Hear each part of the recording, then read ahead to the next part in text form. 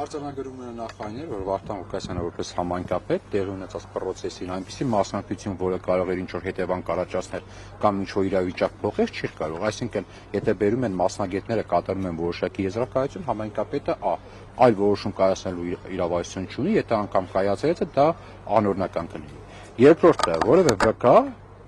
բոլորն էլ հերկեցին, որ Վարդան Ղուկասյանը որևէ հարցով որևէ մեկին դիմաց լինի։ Դուք տեսաք 4.4 քառակուսի մետր տարածքի մասին էր այսօրվա դրվագներից մեկը խոսքը։ Մի փոքր տարածք, այսինքն դա Վարդան Ղուկասյանի շահագրգռվածությունը որը պետք է լիներ, որ օրենք խախտեր։ Եվ ամենակարևորը, Գյումրու հատակագիծը կադաստրային քարտեզի մեջ առկա տեղեկությունները հասանելի են կադաստրի կոմիտեին։ Եվ եթե կադաստրային կոմիտեն գրանցել է իրավունք, հետեւաբար կադաստրային կոմիտեի համար ամեն ինչ եղել է օրենքի սահմաններում։ Վարդան Ղուկասյանը իրավունք գրանցող մարմին չէ։ Եթե կադաստրային կոմիտեի գործողությունները օրինական են, ինչպես կարող է Վարդան Ղուկասյանի գործողությունները լինեն անօրինական։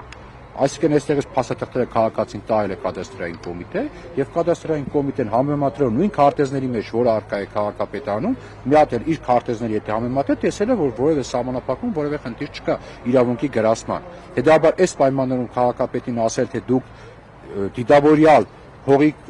կատեգորիան, որ 60 հոդվածի տակ է, թաքցրել եք որևէ անձից, իմ կարծիքով ուղղակի անընդունելի է։ Այս ամբողջ գործը չէ, 4 քառակուսի մետրի։ Չէ, բայց բոլորի տրամաբանությունը նույնն է։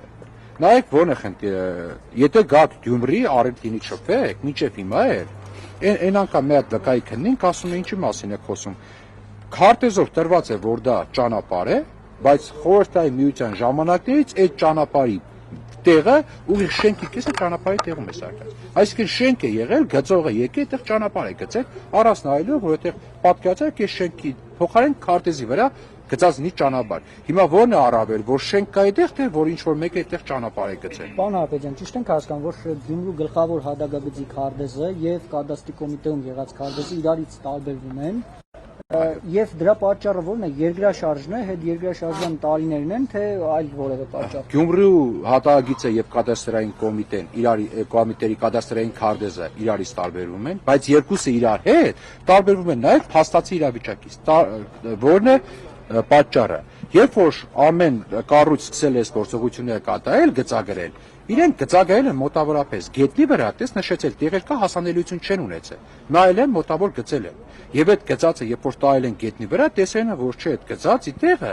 ճանապարհ չէ, 1000 տարվա շենք է այդտեղ սարքած։ Կամ տրված է, որ այս հողամասը այս օբյեկտից 5 մետր հեռավորության վրա է, այդպես է գծված։ Բայց երբ որ գնացել են արդեն փաստացի այսօր, կարող է ինքը կպած է այդ շենքին կամ 105 մետր հեռավորությունը։ Այն ժամանակ, որպեսզի պատկերացնել, Գյումրիում չկար մի 100 մետրանոց փողոց, որ ուղիղ գնար։ Որովհետև ով որտեղ կամ փլված էր, կամ շենքեր էին սարքել, կամ տնակներ էին դրել, այսինքն այդ քաոսի մեջ փորձել են քարտեզներ ստանալ։ Եվ այդ քարտեզները չէր կարող լինել անկամ մոտ իդեալականին ու մնաց թե իդեալական։ Ընդ որում այդ քարտեզները կազմողը չի եղել համայնքապետարանը, դա եղել է կառավարությունը